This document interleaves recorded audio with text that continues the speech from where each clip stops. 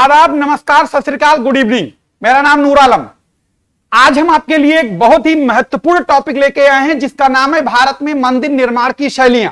जी हां, क्योंकि ये एक ऐसा टॉपिक है जो आपका प्री से लेके मेंस तक हर जगह आपके एग्जाम में पूछा जाता है और अक्सर लोग इसको लेके काफी कंफ्यूजन में रहते हैं कि आखिर द्रविड़ शैली का मंदिर कौन सा है, नागर शैली का कौन सा है, बेसर शैली का कौन सा है। तो आप जुड़िए हमारे साथ मुश्किल से 10 मिनट, और 10 मिनट के बाद आप फिर देखिए कि क्या आप कभी भूल पाएंगे इसे, फिर वही कहेंगे कि तुमको ना भूल पाएंगे।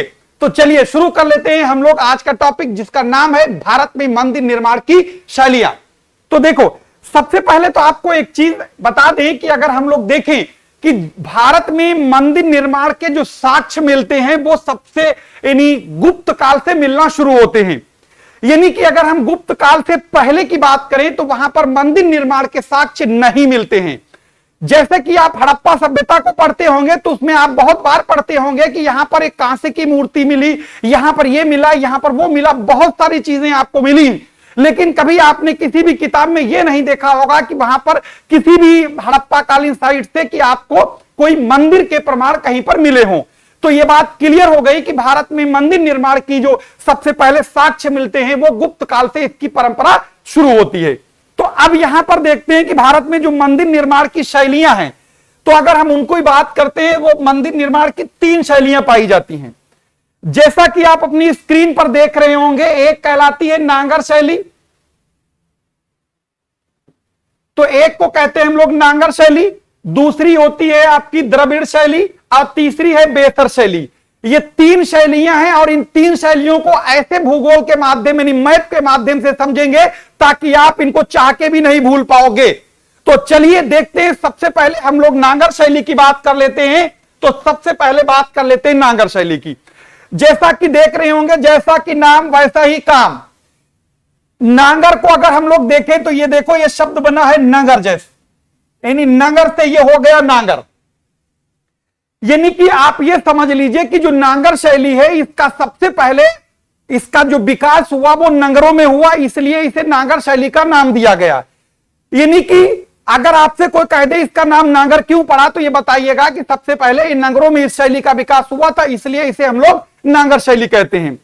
और दूसरी बात यहां पर यह भी ध्यान रखिएगा, पूरे भारत में सबसे ज्यादा अगर किसी शैली के मंदिर मिलेंगे तो वो नांगर शैली के ही मिलेंगे। तो आइए देखते हैं कि नांगर शैली के मंदिर कौन कौन से हैं और कहां हैं और कैसे उन्हें याद रखेंगे। चलिए देखते हैं। तो सबसे पहले यहां पर आप देखिए अपने स्क्रीन पर, आपको दिख रहा होगा कि ये नांगर शैली जो है, यहां पर ध्यान से देखिएगा, इन नांगर शैली के जो मंदिर हैं ये आपको कहां से कहां मिलेंगे, हिमालय से और विंध्याचल के बीच वाले एरिया में। यानी कि अगर आप हिमालय से विंध्याचल के बीच वाले एरिया में जाएंगे, पूरे ऑल ओवर इंडिया, यानी हिमालय और विंध्याचल के बीच वाला क्षेत्र, खासतौर से नॉर्थ इंडिया, यानी उसमें आप देखेंगे तो कोई भी मंदिर जो भी होगा वो सब आपका नांगर शैली का ही बना होगा। तो आइए देखते हैं कि वो कहां से क्षेत्र है। तो जरा देख लेते हैं इस मैप में। तो देखो, जैसे कि आप यहां पर एक भारत का मैप देख रहे होंगे, तो इसमें देखिएगा कि यहां पर हम लोग सबसे पहले हिमालय को बना लेते हैं। जैसा आपने देखा भी होगा वैसे यहां पर बना भी लेते हैं। देखो, हिमालय का कुछ डायग्राम ऐसे है, ये ऐसे हिमालय है और ये वाला, जैसे ही देखा होगा आपने सिंघम में मूछें 2 लटकी होती ना इधर को, तो एक वाली ये कहलाती है हिंदकुश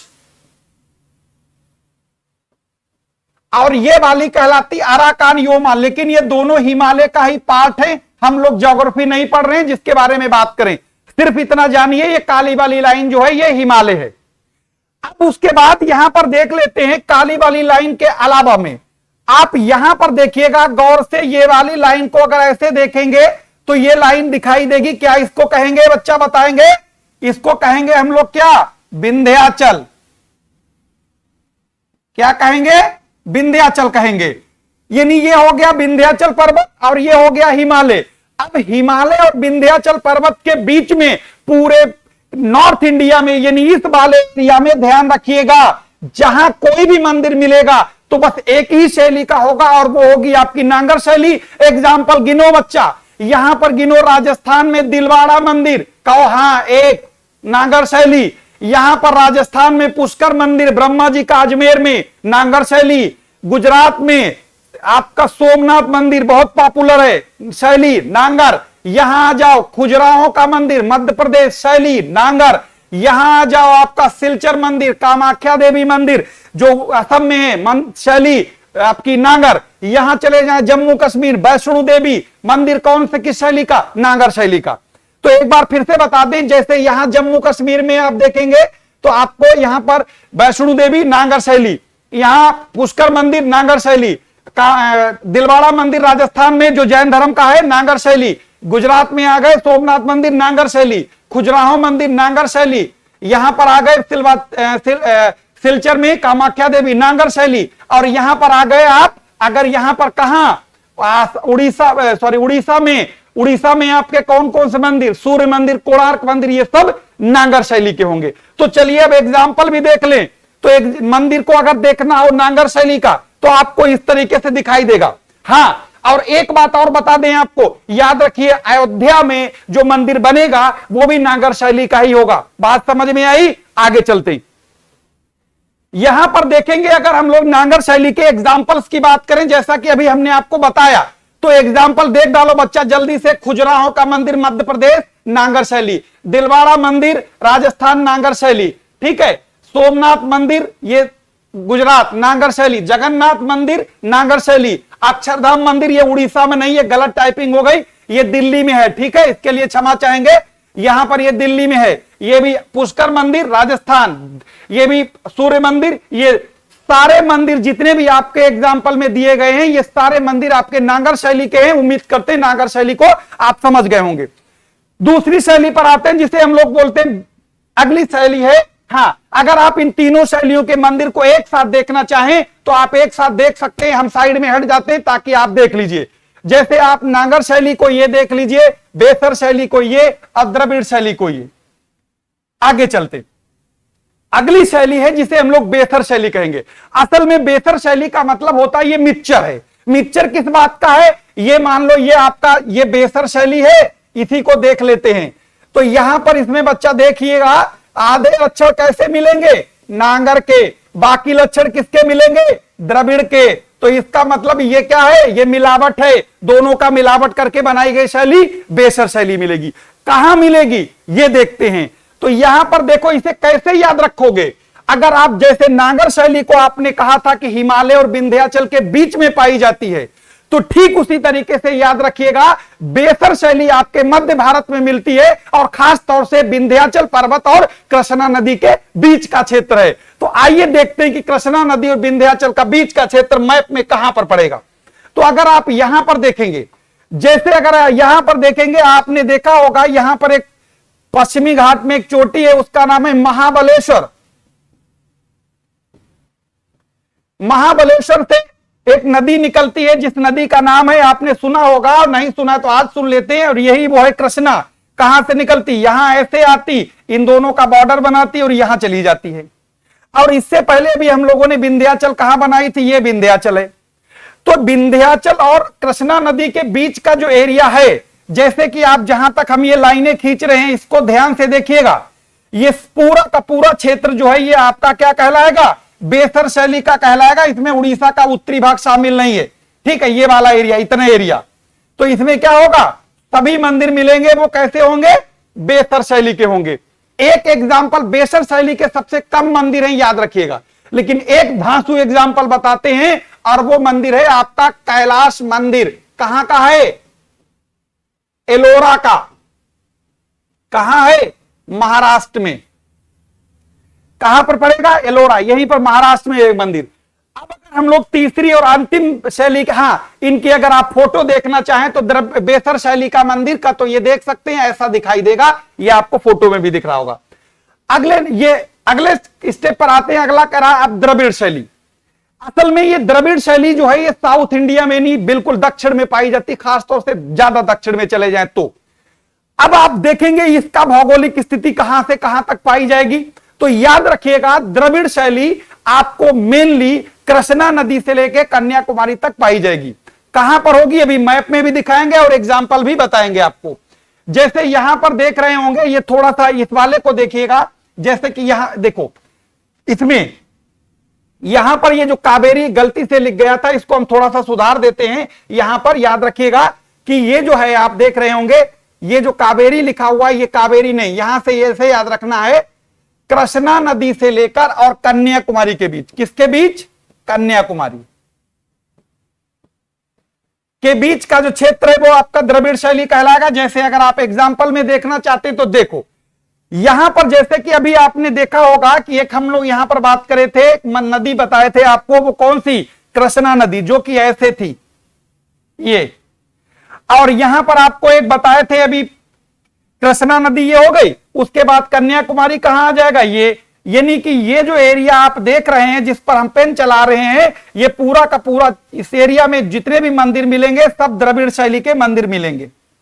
याद रखिएगा, ये पूरा एरिया जो हमने इसको अलग कलर से शेड कर दिया।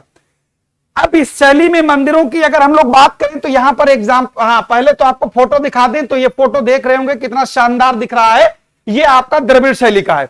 ये मंदिर हमने, मीनाक्षी देवी मंदिर हमने खुद देखा है, इसके चश्मदीद गवाह हैं, ये रियल में ऐसे दिखता है। ठीक है, आगे देखते हैं कि इसके एग्जाम्पल कौन कौन से हैं।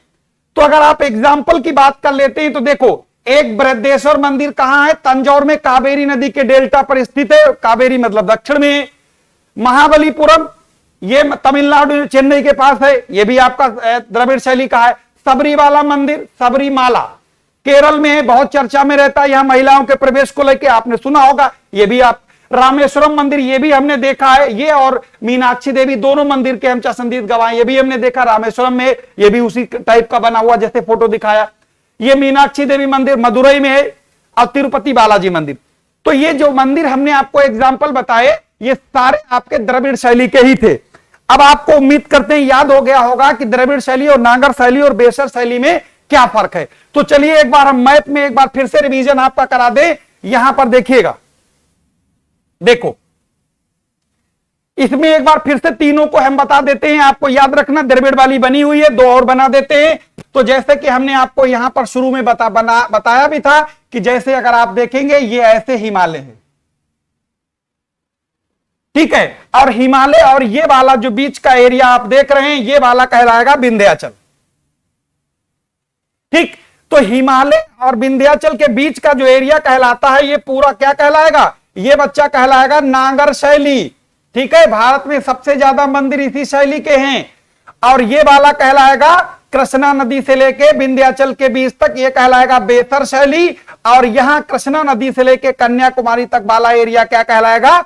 ये कहलाएगा आपका द्रविड़ शैली कहलाएगा। इनके एग्जाम्पल भी बताए। अब याद रखिएगा, सारी बातें क्लियर हो गई होंगी उम्मीद करते हैं, लेकिन अब सारे नियम कानून तो बात पूरी हो गई। अब एक अपवाद लिखेंगे। अपवाद क्या है?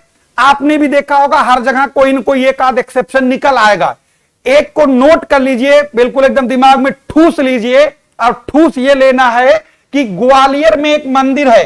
कहां? ग्वालियर में। ग्वालियर कहां मिलेगा? उत्तर में है, मध्य प्रदेश में है। तो ग्वालियर में एक मंदिर है, उस मंदिर का नाम है तेली का मंदिर। क्या नाम है? तेली का मंदिर। अगर आप देखेंगे लोकेशन के हिसाब से तो ग्वालियर की लोकेशन आपको यहां दिखाई देगी, ये। ठीक है, तो ये होना चाहिए था बेसर नागर शैली का, लेकिन ये मंदिर है किस शैली का? ये मंदिर है द्रविड़ शैली का। तो आपसे यही एग्जाम में पूछा जाता है कि द्रविड़ शैली का एकमात्र उत्तर भारत में मंदिर है, वो कौन सा है? तो कौन सा मंदिर है? आपका तेली का मंदिर, ग्वालियर। तो उम्मीद करते हैं इस वीडियो में दी गई जानकारी आपको पसंद आई होगी। अगर पसंद आई हो तो ये डिसलाइक, अगर आपको नहीं पसंद आई हो तो डिसलाइक, और दोनों स्थिति में चैनल को सब्सक्राइब करना। ये बिल्कुल इसी तरीके से आपको फिर अगले वीडियो में नई जानकारी और नई एनर्जी के साथ और नए इंपॉर्टेंट किसी खास टॉपिक के साथ फिर आपसे हमारी मुलाकात होगी। जब तक के लिए धन्यवाद।